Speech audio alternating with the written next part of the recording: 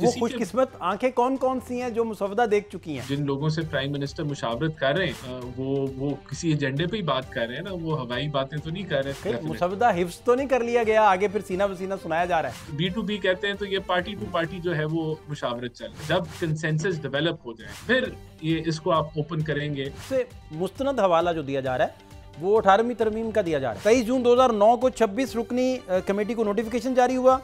25 जून 2009 को उसका पहला इजलास हुआ, रज़ा रबानी चेयरमैन मुंतखब हुए। फिर 25 जून 2009 से 31 मार्च 2010 तक 9 महीने से ज़ायद का ये अरसा बनता है। इस दौरान 77 इजलास हुए और कुल 385 घंटे उस पर बहस हुई। एक पूरा मैकेनिज्म है, पूरा एक आपको शफाफियत उसमें नजर आती है। इसमें तो जिससे बात करें वो कहता है जी मुसवदा ही नहीं देखा। पार्लियामेंट में मुसवदा पेश होगा तो सब इसको देख लेंगे। 18वीं तरमीम के हवाले से कोई रोल बैक नहीं होने जा रहा। दीगर जमातें वो अपना वो राइट रखती हैं कि वो उसको ना सपोर्ट करें। बॉल जो है वो पीपल्स पार्टी के कोर्ट में है, बॉल जो है वो MQM के कोर्ट में है, बॉल जो है वो छोटे इत्तेहादियों के कोर्ट में है।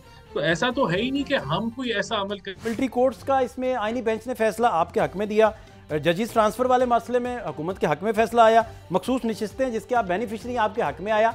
मजीद कितनी बेहतरी आपको चाहिए? रिक्वायर्ड बड़ा अच्छा डिलीवर कर रहा है बेंच। तो आईनी बेंच बिल्कुल अपना किरदार अदा कर रहा है, तो उसको आप रिव्यू कर रहे हैं और ये कंसेंसस से फैसला होगा कि आपको क्या डायरेक्शन उसमें ले। अगर ये पास हुई तो पीपल्स पार्टी की हामी से होगी, और अगर ये ना पास हुई तो तब भी पीपल्स पार्टी की इसमें जो है यानी कि हामी नहीं होगी तो नहीं होगी। कितना चांस है अगर आप 10 में से नंबर दें? नियर टू 100% इंशाल्लाह हो जाएगा। हाँ जी इंशाल्लाह एग्री कर जाएगी पीपल्स पार्टी? जी बिल्कुल इंशाल्लाह। किन कहाँ एग्री करेगी? 27वीं तरमीम के पूरे पैकेज पे वो एग्री करेंगी। ये इतनी जल्दी में तरमीम कहाँ होती हैं?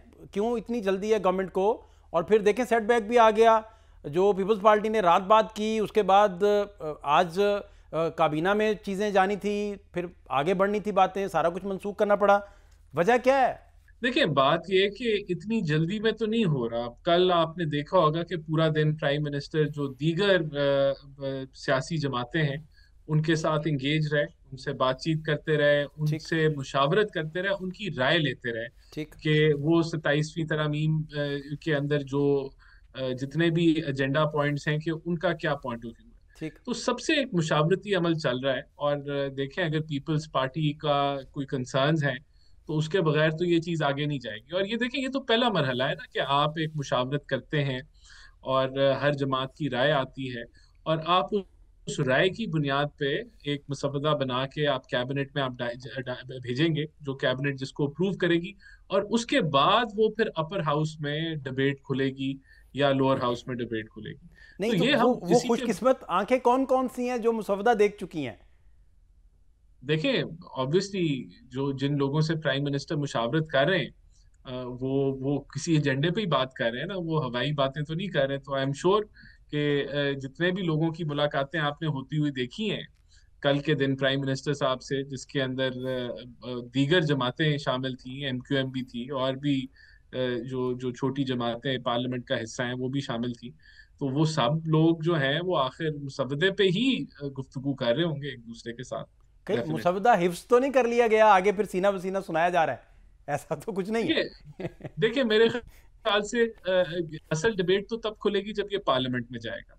उससे पहले जो है वो पार्टी टू पार्टी, जिस तरह बिजनेस टू B2B कहते हैं, तो ये पार्टी टू पार्टी जो है वो मुशावरत चल रही है। ठीक है, हर पार्टी की राय ली जा रही है और फिर इसको कैबिनेट में पेश किया जाएगा। जब कंसेंसस डेवलप हो जाएगा फिर ये इसको आप ओपन करेंगे कि पब्लिक के अंदर जो पार्लियामेंट है उसमें डिबेट खुल जाए, और वहां भी हर एक के पास प्लेटफॉर्म मौजूद होगा अपनी राय देने का। नहीं उसमें राना साहब जो देखिए सबसे मुस्तनद हवाला जो दिया जा रहा है वो 18वीं तरमीम का दिया जा रहा है।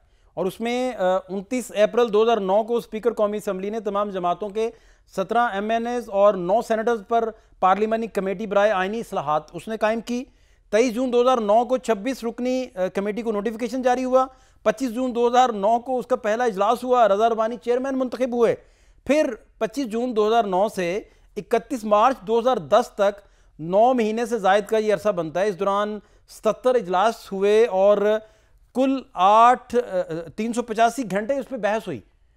और आइन में 97 तरमीम तजवीज़ की गई, फिर अवाम से भी आरा ली गई, उनमें जो है वो 982 तजावीज़ मौसूल हुई।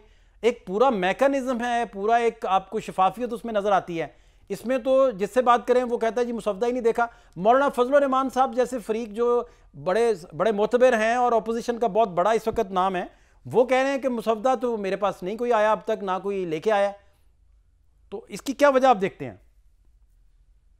नहीं देखिए, मैंने तो आपको बताया कि जब ये पार्लियामेंट में मसवदा पेश होगा तो सब इसको देख लेंगे, और उससे पहले पार्टी टू पार्टी मुशावरत जो है वो जारी है, और उस लेवल के ऊपर इसके ऊपर मुशावरत चल रही है, और 18वीं तरमीम के हवाले से कोई रोल बैक नहीं होने जा रहा। तो दो सेक्टर्स जिनकी बात हो रही है, तालीम और पॉपुलेशन पे, ठीक। उस पे हमने काफी दफा क्लैरिटी दी है कि इसमें कोई इख्तियारात सूबे से वफाक में ट्रांसफर नहीं होने जा रहे, लेकिन एक हारमनी और कोऑर्डिनेशन के हवाले से और नेशनल टारगेट्स के हवाले से किस तरीके से बेहतरी आ सकती है एजुकेशन में और पॉपुलेशन कंट्रोल में, उस हवाले से तरमीम करने जा रहे हैं।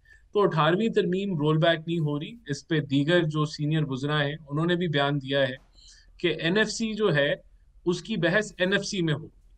तो ये क्या सराहियां हैं, जो कि देखिए बात ये है, मसौदा जब सबके सामने पब्लिक होगा तो तब भी एक मरहला होगा डिबेट का, जिसके अंदर ये सारी लोगों की राय और ये सारा कुछ आएगा। और देखिए, अगर जल्दबाजी होगी तो इसके अंदर जो दीगर जमातें हैं हम्म। वो अपना वो राइट रखती हैं कि वो उसको ना सपोर्ट करें, और फिर जब तक दो तिहाई नहीं होगी तो ये बगैर कोalition पार्टनर्स के और दीगर जमातों की सपोर्ट के बगैर तो ये वैसे ही नहीं पास हो सकता। अच्छा। तो जो है, जो पीपल्स पार्टी की ये तो बॉल जो है वो पीपल्स पार्टी के कोर्ट में है, बॉल जो है वो एमक्यूएम के कोर्ट में है, बॉल जो है वो छोटे इत्तेहादियों के कोर्ट में है। तो ऐसा तो है ही नहीं कि हम कोई ऐसा अमल करने जा रहे हैं अकेले, या हुकूमत जो है वो कोई अकेले कोई मार्का मारने लगी है। ये तो मार्का तभी लगेगा जब सब जमातें एक पेज पे होंगी। नहीं, आप जब कह रहे हैं कि एनएफसी अवार्ड में आपके वुज़रा सारे जो रिकॉर्ड पे मौजूद हैं, वो कहते हैं विफाक कमज़ोर रह गया, उसके पास पैसे ही नहीं बचते, सूबों को हिस्सा सारा चला जाता है। यहीं से जब डिबेट का आगाज़ होता है तो सबसे ज़्यादा हसासियत जो पाई जाती है 18वीं तरमीम को लेकर वो पीपल्स पार्टी है। तो वो तो फिर सही रिएक्ट कर रहे हैं ना, वो फिर और क्या करें? नहीं देखिए, बिल्कुल आपने दुरुस्त फरमाया। बहुत सारे हमारे लीडर्स ने, हमारी सिर्फ हमारी जमात में नहीं और भी दीगर जमातों में लोग ये मुद्दा उठाते हैं कि वफाक के पास जो है फाइनेंशियल सूरत हाल, बहुत सारा ऐसा बोझ वफाक उठाता है, हाँ। तो उसके मुताबिक फिर वो वफाक अपने वसाइल रख नहीं पाता। ये डिबेट जरूर है, लेकिन इस वक्त 27वीं तरमीम में इस बैलेंस को नहीं छेड़ा जा रहा। उस बैलेंस को अगर आपने छेड़ना है तो उसका जो प्लेटफॉर्म है वो एनएफसी है, तो वो वहीं इसको रेज किया जाएगा, ठीक। यहाँ नहीं किया जाएगा। तो राना साहब, इसमें आईनी अदालत के कयाम का क्यों, इसमें क्या आईनी बेंच डिलीवर नहीं कर रहा? देखिए, बिल्कुल इसके अंदर हमें दोबारा इसको रिव्यू करने की जरूरत है। ये हुकूमत का बड़ा क्लियर कट मौकफ है हाँ। कि पिछली दफा भी ये हमारी कोशिश थी कि आईनी कोर्ट अदालतें बने। अब आईनी बेंच के हवाले से एक रिव्यू लाजिम है कि देखा जाए कि कितनी बेहतरी आई है, और मजीद बेहतरी लाने के लिए क्या हमें आईनी अदालतों की तरफ ही जाना पड़ेगा। और ये भी एक कंसेंसस बेस्ड आइटम है, और इसके अंदर ऐसा नहीं है कि हम इस मुद्दे को अकेला आगे जो है वो लाइन जो है फिनिश लाइन तक लेके जा सकते हैं। इसमें जब तक दीगर जमातें अपनी हमायत नहीं करेंगी तो ये मामला आगे नहीं बढ़ेगा। तो देखें, बुनियादी चीज मैं अगर आपको फिर दोहराऊं, देखें सर। शबाज साहब के, सर। ये एक जमहूरी अमल है। अगर ये 27वीं तरमीम पास हुई तो इसका मतलब है कि दो तिहाई अक्सरियत जो है वो हुकूमत के पर्सपेक्टिव और पॉइंट ऑफ व्यू के साथ या कंसेंसस अचीव हो गया है, तब खड़ी है। तो इसमें आप बेफिक्र रहें कि कोई जल्दबाजी में काम हो रहा है या कोई चीज़ों को स्किप किया जा रहा है। कोई ना जल्दबाजी में काम हो सकता है जब तक हमायत हासिल ना हो दीगर जमातों की, और ना कोई ऐसी कोई हम चीज़ कर सकते हैं जब तक हमायत हासिल ना हो दीगर जमातों की। तो जब दीगर जमातें अगर सेम पेज पे आ गई तो इसका मतलब है सब एग्री कर रहे हैं, सब उस पे लब्बैक कह रहे हैं, सब जो है वो मानते हैं कि यही रास्ता है और यही तरीका है, और यही जो अमेंडमेंट्स हैं वो ज़रूरत है, वक्त है पाकिस्तान के लिए। नहीं, राना साहब, इसमें आप अभी फरमा रहे थे कि आईनी अदालत इसलिए हम बनाना चाहते हैं कि मजीद बेहतरी और इसकी गुंजाइश रहती है। आप ये देखिए कि मिलिट्री कोर्ट्स का इसमें आईनी बेंच ने फैसला आपके हक में दिया, जजिस ट्रांसफर वाले मसले में हुकूमत के हक में फैसला आया, मखसूस नशिस्तें जिसके आप बेनिफिशरी आपके हक में आया। मजीद कितनी बेहतरी आपको चाहिए? रिक्वायर्ड बड़ा अच्छा डिलीवर कर रहा है बेंच, और क्या रिक्वायर्ड है? देखिए, बेहतरी तो मुल्क को, अदालती निज़ाम को चाहिए है कि बैकलॉग्स ख़त्म हो और जस्टिस प्रिवेल करे।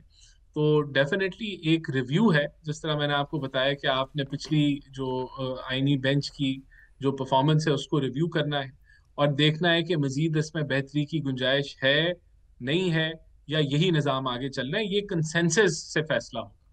नहीं, आपको याद होगा कि ये चार्टर ऑफ डेमोक्रेसी की स्पिरिट थी कि उसमें ये जरूर बिल्कुल, कहा गया था कि भाई आईनी ये, आईनी अदालत का। हाँ जी, आईनी अदालत। लेकिन वहां प्रॉब्लम्स ये भी आए थे कि उस दौर में अगर देखा जाए, उस सिनेरियोज को अगर देखा जाए, तो मुशर्रफ रजीम था और उस रजीम के अंदर जितनी तरामीम की गई थी उनको अनडू करना था, बेसिकली रिवर्स करना था। तो वहां तो ये स्पिरिट थी। अब क्या स्पिरिट है? अब क्या रिवर्स करना है? नहीं, रिवर्स नहीं करना। आपने आपने स्मूथ वर्किंग लेके आनी है। आपने आईनी मामलात को एक अलहदा तवज्जो दिलवानी है। ठीक। और जो बाकी दीगर मामलात हैं जो वो एक अलहदा तरीके से हैंडल होंगे। तो आईनी बेंच बिल्कुल अपना किरदार अदा कर रहा है, लेकिन आपने एक तरामीम की और उसके नतीजे में एक बड़ा मैसिव चेंज आया है जुडिशरी के अंदर। जो जो निज़ाम अदल है उसका तरीकाकार चेंज हुआ। अब आप उसको रिव्यू कर रहे हैं। जितना अरसा साल गुजर गया है लगभग, तो उसको आप रिव्यू कर रहे हैं और ये कंसेंसस से फैसला होगा कि आपको क्या डायरेक्शन उसमें लेनी है। तो और हम बिल्कुल इस मुद्दे को रिव्यू करके देख रहे हैं कि कोई इम्प्रूवमेंट की जरूरत है, या अगर 27वीं तरमीम में इन चीज़ों को बेहतर किया जा सकता है तो कैसे करना है। लेकिन ये हमारा फैसला नहीं है। इसमें पीपल्स पार्टी है, MQM है, IPP है और दीगर जमातें हैं जो इसके ऊपर फैसला करें। और जज ट्रांसफर कर दिए जाएंगे? ट्रांसफर पे भी सारे मुत्तफिक हैं और नहीं, कंसेंसस देखिए, आप बना रहे हैं? जज ट्रांसफर का तो जुडिशल कमीशन का ही वो काम है ना। तो वो तो ऑब्वियसली उसमें एक राय, एक अमल एग्जेक्टिव का। और ये दुनिया के अंदर ऐसे मॉडल्स एग्जिस्ट करते हैं जहां पार्लियामेंट का एक रोल होता है या एग्जेक्टिव की एक राय होती है। वो बेशक मेजॉरिटी हो ना माइनॉरिटी राय हो, लेकिन एक इनपुट होता है। तो मेरे ख्याल से ये तो जुडिशल कमीशन का ही काम है, वही करेगा। इसमें कोई कोई ऐसी चीज नहीं है कि ये एग्जेक्टिव को इख्तियारात दे दी और जाएंगे, आपको ऐसा बिल्कुल आपको नहीं। याद होगा कि वो मुज़ाहिर अली नकवी हटाए गए, जब फिर एजाजुल हसन साहब छोड़ के चले गए, इस्तीफा दे गए, उस वक्त कौंसिल में कंप्लेन गई थी। अब ये कमीशन में कंप्लेन की भी डिस्कशन हो रहा है, कोर्ट रिपोर्टर स्पेकुलेट कर रहे हैं, वो बता रहे हैं, इस पर डिस्कशन कर रहे हैं, प्रोग्राम्स में बैठ के बात कर रहे हैं कि नहीं हुकूमत नहीं, इस तरह देखिए, चाह रही है। इस तरह है कुछ? नहीं, मैं तो ये कहूंगा कि अभी स्पेकुलेशन नहीं करनी चाहिए। आप मुसवदा मसवदे सामने का ले आइए, इंतजार। स्पेकुलेशन नहीं करते। मैं वही कह रहा हूँ, सौदा सामने आ जाएगा ना जी। जो मसवदा है वो खाली जो है वो ना मीडिया के सामने नहीं आएगा, वो पार्लियामेंट के सामने आ जाएगा, जिसके पास आईनी इख्तियार है तरमीम करने का। और फिर उस पर शिक बाय शिक वहां पढ़ा जाएगा। तो ये कोई ढकी छुपी चीज नहीं होगी। और फिर मैं दोहरा रहा हूँ ठीक। कि जब सौदा सामने आएगा, वो तभी आगे वो चलेगा जब तक दीगर जमातें जो 2/3 का नंबर बनाती हैं उसके अंदर अपनी हामी, अपनी कंसेंसस के साथ उसके अंदर लब्बैक नहीं कहेंगी। और तो ये इसमें कहीं इसमें कितनी इसके कितने इम्कानात हैं कि आईनी अदालतों का क़याम और हाई कोर्ट जजेस की ट्रांसफ़र, और यानी आर्टिकल 200 में जो तरमीम है, और चीफ इलेक्शन कमीशनर की तैनाती, इसमें कुछ तब्दीलियां या कुछ माइनस प्लस करके बाकी सारी चीज़ें जो हैं ये आपके तय पा जाएं पीपल्स पार्टी के साथ और मामला आगे बढ़ें। और वो जो NFC अवार्ड्स वाले मामलात हैं या 18वीं तरमीम वाले मामलात हैं वो गवर्नमेंट विड्रॉ कर ले, क्योंकि वो बड़ी बेहतरीन बारगेनिंग चिप साबित हो रहे हैं, जो अवामी राय भी बन रही है। या आप टॉप ट्रेंड्स देखें तो यही डिस्कशन हो रहा है। तो इसका भी चांस है, या आप समझते हैं कि नहीं, इस दफ़ा पीपल्स पार्टी सरप्राइज कर सकती है गवर्नमेंट को? देखिए, हम तो पहले दिन से दोहरा रहे हैं कि कंसेंसस के बगैर कुछ नहीं हो सकता। तो ये ले दे नहीं हो रहा। ये जितना भी, अगर ये पास हुई तो पीपल्स पार्टी की हामी से होगी, और अगर ये ना पास हुई तो तब भी पीपल्स पार्टी की इसमें जो है यानी कि हामी नहीं होगी तो नहीं होगी। कितने तो परसेंट चांस ये है ना होने जो, के? फैसल वाडा देखिए, कहते मैं हैं वो तो समझता हूँ 28वीं तरमीम लेके बैठे हुए हैं। इंशाल्लाह, देखें, मुल्क की बेहतरी के लिए काम कर रहे हैं। और मुल्क की बेहतरी के लिए अगर अमेंडमेंट्स हुई तो वो जरूर पास हो जाएगी। नहीं, आप कह रहे हैं फैसल वाडा मुल्क की बेहतरी के लिए काम कर रहे हैं।